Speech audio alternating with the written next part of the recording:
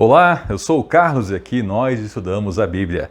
Seja muito bem-vindo, você que tem curiosidade sobre esse livro maravilhoso, a Bíblia Sagrada, as Escrituras Sagradas. Aqui nós temos a oportunidade de juntos irmos estudando e acompanhando os textos sagrados passo a passo, capítulo a capítulo. E nós estamos agora no Evangelho de João, João capítulo 3. Se você está chegando agora, aproveite e conheça o Evangelho de Mateus também. Nós já temos ele todo gravado, com as explicações de cada capítulo. Você vai ter a oportunidade de conhecer a perspectiva histórica e cultural do leitor lá do primeiro século. Aquele judeu que formou a primeira igreja, que se deparou com esse texto sagrado, o que ele entendeu? Dê uma olhadinha lá. Nós aqui vamos seguindo então o Evangelho de João, esse texto sagrado maravilhoso. Vamos recapitular brevemente. João, esse é um dos 12 apóstolos. João era talvez o mais jovem dos 12, era do círculo mais íntimo de Jesus, né? Pedro, Tiago, João, e escreveu o seu evangelho já de maneira mais tardia em relação aos outros. Escreveu lá pelo ano 90. Vamos então ao nosso texto sagrado, vamos conhecer um pouquinho mais das Escrituras. João, capítulo 3, diz assim a Bíblia Sagrada: Havia um fariseu chamado Nicodemos, líder religioso entre os judeus. Certa noite veio falar com Jesus e disse: Rabi, todos nós sabemos que Deus enviou o Senhor para nos ensinar. Seus sinais são prova de que Deus está com o Senhor. Você já ouviu alguém dizer que Nicodemos era uma espécie de um covarde, um medroso, que não tinha coragem de falar com Jesus publicamente, por isso que ele foi à noite procurar Jesus? Eu já ouvi. E você leu isso aqui no texto? Nem eu. Isso não está na Bíblia. Então, aqui já começa um cuidado que nós devemos ter ao ler todo o texto, e em especial o texto sagrado, né? É não escrever na Bíblia o que não está nela. Pois bem, vamos então imaginar um pouquinho o cenário. Ou melhor, vamos tratar do nosso cenário, meu e seu. E imagine que você vai visitar alguém que conhece das Escrituras e pode lhe dar uma explicação, né? Eu imagino que você seja talvez uma estudante, um trabalhador, uma trabalhadora. E qual é o seu tempo para fazer isso, para visitar alguém? Você vai no meio da tarde? Você vai de manhã? Provavelmente você vai à noite, que é quando dá tempo. E Nicodemos foi à noite visitar Jesus, e aí o pessoal sai dizendo que ele era um covarde por causa disso. Eu não quero aqui fazer nenhuma defesa de Nicodemos, eu quero fazer uma defesa de você. Eu quero defender você de más tendências ao ler as Escrituras. Eu quero defender você dessa prática muito ruim de colocar no texto sagrado o que não está lá. Porque daí sai todo tipo de erro, de engano, e você pode sair aí repetindo outros erros. Daí a importância de você ter um exemplar deste livrinho maravilhoso chamado Bíblia Sagrada e você ler a sua própria Bíblia. Sabia que é uma referência muito antiga nas Escrituras, falando sobre uma certa comunidade cristã, e dizia assim: esses eram nobres, porque depois de ouvirem, eles conferiam nas Escrituras se era assim. Talvez você conheça já essa passagem. Nós ainda chegaremos nela, se Deus quiser. Mas vamos lá. Então, Nicodemos era simplesmente um homem, um fariseu. E quem eram os fariseus? Você já conhece? Já viu algum vídeo nosso sobre isso? Os fariseus, eles eram um grupo religioso, talvez bem diferente do que você imagina. Quando eu era criança, tinha pessoas que se xingavam um ao outro de fariseu. Era algo bem negativo. Só que fariseu não é isso não. Nós temos uma impressão errada porque nós vemos na Bíblia alguns maus exemplos de fariseu. Nicodemos, por exemplo, é um bom exemplo. O apóstolo Paulo é um outro bom exemplo, né? Os fariseus, eles eram um grupo que eles surgiram lá no Antigo Testamento, quando o povo de Israel perdeu o seu território, foi exilado numa outra nação, num outro país, né, na Babilônia. E aí surgiu um grupo que esse pessoal pensou o seguinte: bom, Israel, nosso povo, tem sempre se desviado do caminho do Senhor. Eles têm buscado outros deuses, né? E isso sempre deu ruim. Então eles resolveram começar a cuidar do povo de Israel. Perceba que essa ideia é muito boa. Então os fariseus, eles se tornaram uma espécie de guardiões da fé. Você já ouviu falar em sinagoga? A sinagoga é um local de reunião, de oração. É uma instituição dos fariseus. Eles criaram essa prática boa das pessoas se reunirem para orar, para ler a Bíblia, para dialogar, para ter tempo com os assuntos sagrados. Muita coisa boa, inclusive que eu e você fazemos hoje, são tradições herdadas dos fariseus. Então esse grupo ele se tornou um grupo de guardiões da fé. Infelizmente, nos tempos de Jesus, como muita coisa acontece com muito grupo bom, muitos deles se desviaram do bom caminho, se tornaram ostentadores da fé, se tornaram pessoas que só queriam aparecer com a sua fé, ganhar dinheiro. Qualquer semelhança com o que você vê ao nosso redor no dia de hoje, talvez não seja mera coincidência. Então vamos lá, esse fariseu, né, chamado Nicodemos, ele era também um líder religioso, ou seja, ele não só participava do grupo dos fariseus, ele não só seguia as doutrinas e as práticas de vida, mas ele também era uma pessoa de proeminência, era uma pessoa que era considerada assim, esse aí é alguém que as pessoas olham para ele, ouvem o que ele fala, observam a conduta dele, seguem, isso é um líder. Ele era um líder entre os judeus, então certa noite ele foi lá conversar com Jesus, né? Ele falou, Rabi, professor, ele se referiu a Jesus como professor. Todo mundo já tinha percebido que Jesus era um mestre, um professor. Haviam muitos mestres naquela época em Israel, e ele percebeu isso, então falou, professor, né, Rabi, nós sabemos que Deus enviou o Senhor para nos ensinar. Seus sinais são provas de que Deus está com o Senhor. Nós. Quem seriam esse nós? Nicodemos não estava sozinho. Havia sim fariseus que estavam contra Jesus, mas haviam muitas pessoas em Israel, não só ele, que já haviam percebido que Jesus vinha da parte de Deus. Veja que ele não se refere a Jesus como o Messias, mas como um professor que vinha da parte de Deus. E por que ele percebia isso? Porque Jesus realizava sinais. Lembra da ideia de sinal? Algo que aponta? Então, ele via esses sinais que apontavam para Deus. Então ele dizia, isso só pode vir de Deus. Esse professor é um enviado de Deus. E ele foi lá conversar com esse professor e foi lá aprender um bocadinho dele.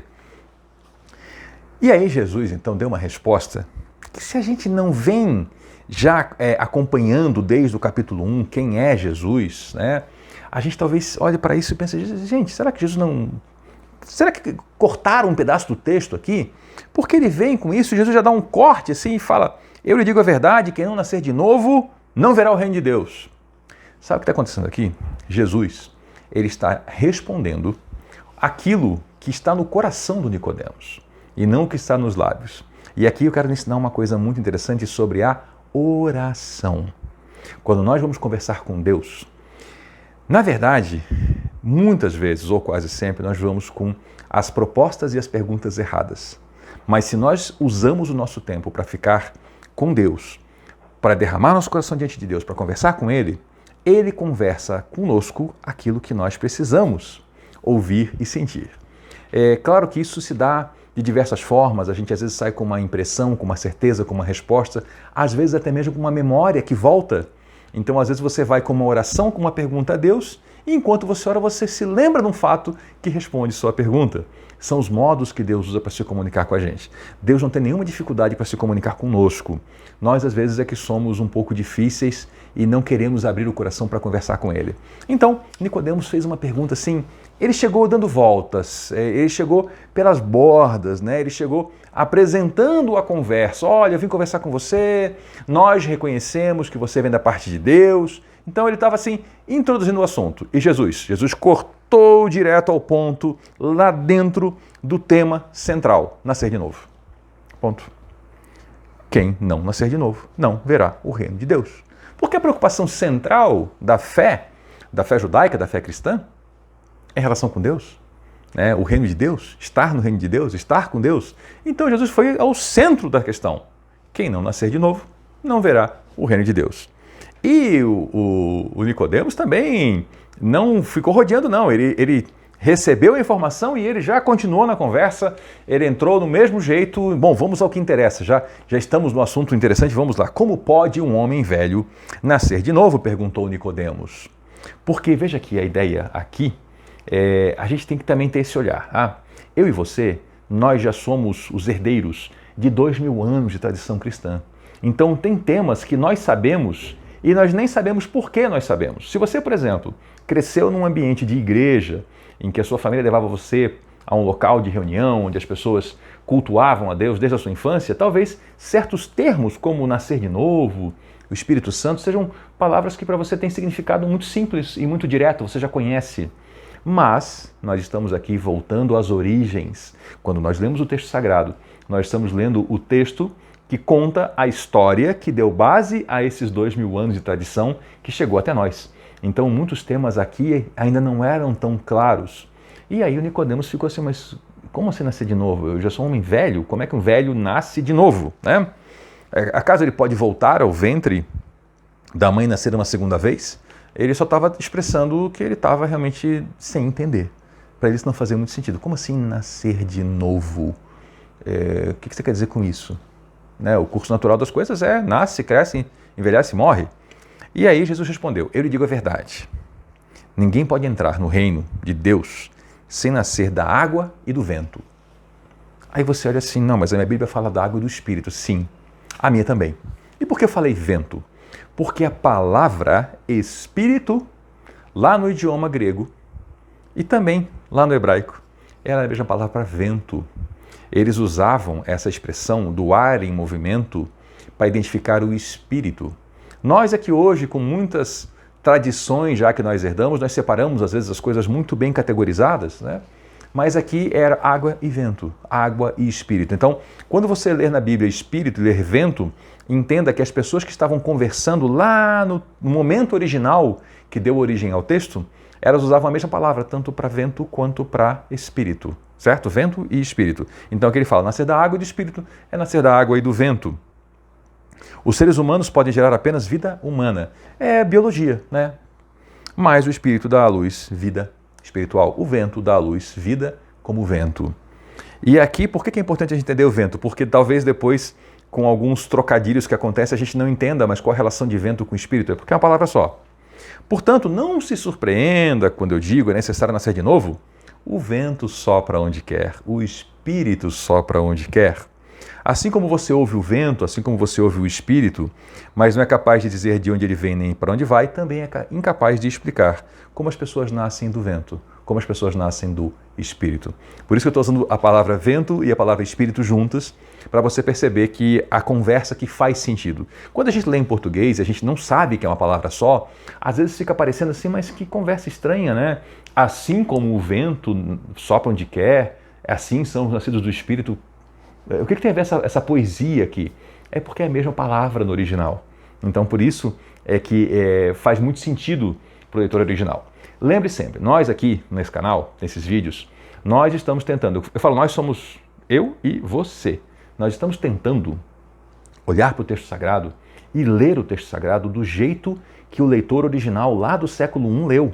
Nós estamos lendo agora o Evangelho, então século I, né? Se estivéssemos lendo o Antigo Testamento, muitos séculos antes. Eu vou sempre tentar lhe ajudar a entrar no contexto histórico-cultural daquela época, para que você possa ter o melhor entendimento. Porque assim, se eu e você nós conseguirmos extrair o conteúdo da Bíblia Sagrada, como o extraiu o leitor original, ou pelo menos o mais perto possível disso, nós certamente estaremos o mais perto possível do conteúdo original da Bíblia, e não de camadas e mais camadas de tradição cultural.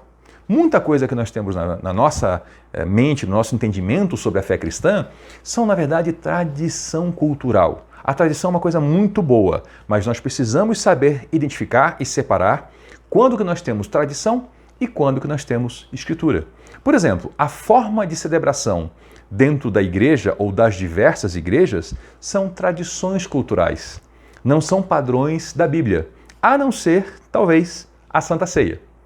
Mas, mesmo assim, há diversos elementos do rito da Santa Ceia que variam de uma comunidade para outra por tradição cultural. Até aí não tem problema. O problema é quando nós começamos a achar que alguma tradição nossa ela é tão válida ou até superior às Escrituras Sagradas. Uma vez, por exemplo, um amigo me questionou, né, mas Jesus não falou ide e construir igrejas? E eu falei, não, isso não está nas Escrituras em lugar nenhum. Era uma tradição do grupo ao qual ele pertencia. E aí ele observou nas Escrituras que Jesus falou, ide, ou vão, né? E façam discípulos, que é completamente diferente de construir prédios. Mas enfim, voltamos ao nosso texto. Esse momento aqui foi só para ajudar você a compreender um pouquinho melhor a ideia que está por trás do nosso estudo. Aqui não é simplesmente, a gente não está simplesmente eu e você abrindo a Bíblia e lendo. Nós estamos com um propósito, nós estamos com uma metodologia. Eu vou trazer para você sempre ideias de tradução, ideias de contexto histórico, cultural, político, geográfico, para poder tentar extrair o conteúdo o mais puro possível.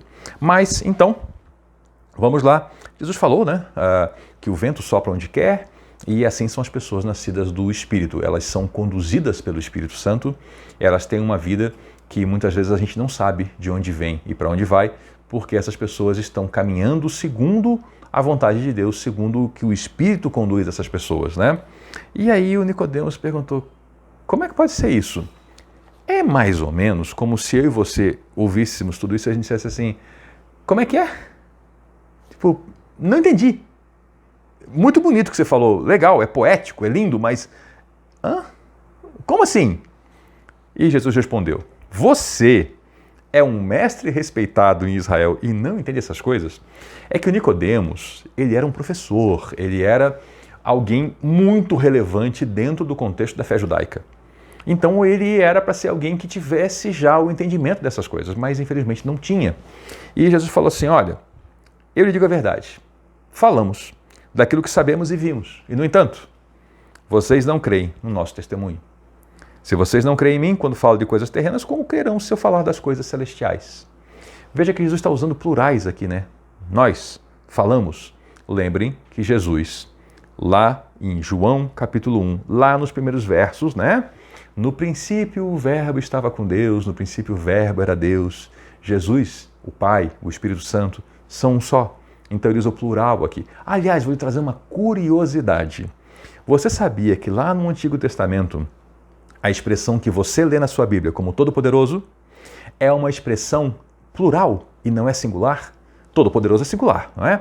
Mas em hebraico é Elohim.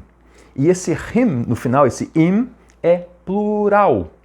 Também existem textos onde Deus é chamado de Elohá, singular, mas lá no Gênesis é chamado plural. Olha que interessante. Está vendo como é bom às vezes a gente conhecer um pouquinho de um comentário bíblico, ler um livro que nos ajuda a entender um pouquinho mais a Bíblia, a gente pega algumas coisas que vão ajudando a entender um pouquinho melhor. Veja que desde o Antigo Testamento Deus é tratado como plural. E aí Jesus também fala do plural deles, né? Vocês não creem no nosso testemunho. Se vocês não creem em mim quando eu falo de coisas terrenas, como crerão se eu falar de coisas celestiais? Lá em Mateus, a gente viu Jesus usar muito parábolas. E o que era parábola? Ele falava de uma coisa terrena, de uma coisa muito presente e próxima para as pessoas, para com isso explicar uma coisa celestial. Mas ele falou, se vocês não creem nas terrenas, como é que eu vou explicar para vocês as celestiais? Existe uma ordem nas coisas, né? E ele falou, olha só, por que eu estou explicando coisas terrenas para explicar coisas celestiais, para depois trazer celestiais? Tem um porquê. Ninguém jamais subiu ao céu, exceto aquele que de lá desceu. O Filho do Homem. Filho do Homem é uma expressão antiga, lá do Antigo Testamento, que ela designa o Messias. Então ele fala, olha, o Messias é aquele que esteve no céu, ele, Jesus Cristo, né? E ele pode ensinar coisas celestiais. Agora, ele vai trazer um outro conteúdo. Preste muita atenção nisso aqui. Isso aqui é muito importante, porque aqui nós vamos estar associando conhecimentos do Antigo Testamento com o do Novo Testamento. São coisas bem interessantes. Como Moisés, no deserto, levantou a serpente de bronze numa estaca, também é necessário que o Filho do Homem seja levantado, para que todo que nele crer tenha a vida eterna. Que história era essa? Lá no Antigo Testamento houve um momento em que o povo de Israel, lá na travessia, saindo do Egito e indo para a Terra Prometida, eles se rebelaram contra Deus. E como resultado dessa rebelião, eles foram atacados por serpentes. E aí as pessoas então buscavam um arrependimento. E aí Moisés fez um símbolo desse arrependimento. Ele pegou, fez uma estátua, uma serpente de bronze, colocou numa estaca e levantou. Para que as pessoas arrependidas do seu pecado pudessem olhar para aquela estátua e então serem curadas das enfermidades ou do veneno das serpentes, né? E Jesus fala que aquilo lá foi um símbolo, assim como a serpente foi levantada para que as pessoas olhassem, crescem, se arrependessem, fossem salvas, também ele, o Filho do Homem, seria levantado para que todo aquele que nele crer tenha a vida eterna. Eu e você já sabemos que ele foi levantado na cruz. Ele foi colocado entre o céu e a terra. Aproveite que você está acompanhando a gente, que você está gostando, deixe o seu gostei. Isso vai ajudar muito. Também aproveite e se inscreva aqui, ative notificações para receber os novos conteúdos do canal, deixe seu comentário sobre sua experiência com a Bíblia e no nosso próximo encontro nós vamos prosseguir nesse texto, vamos prosseguir aprendendo e vamos explorar um pouquinho mais as Escrituras. Muito obrigado por nos acompanhar até aqui, volte na próxima. Eu sou o Carlos e aqui nós estudamos a Bíblia. Até lá!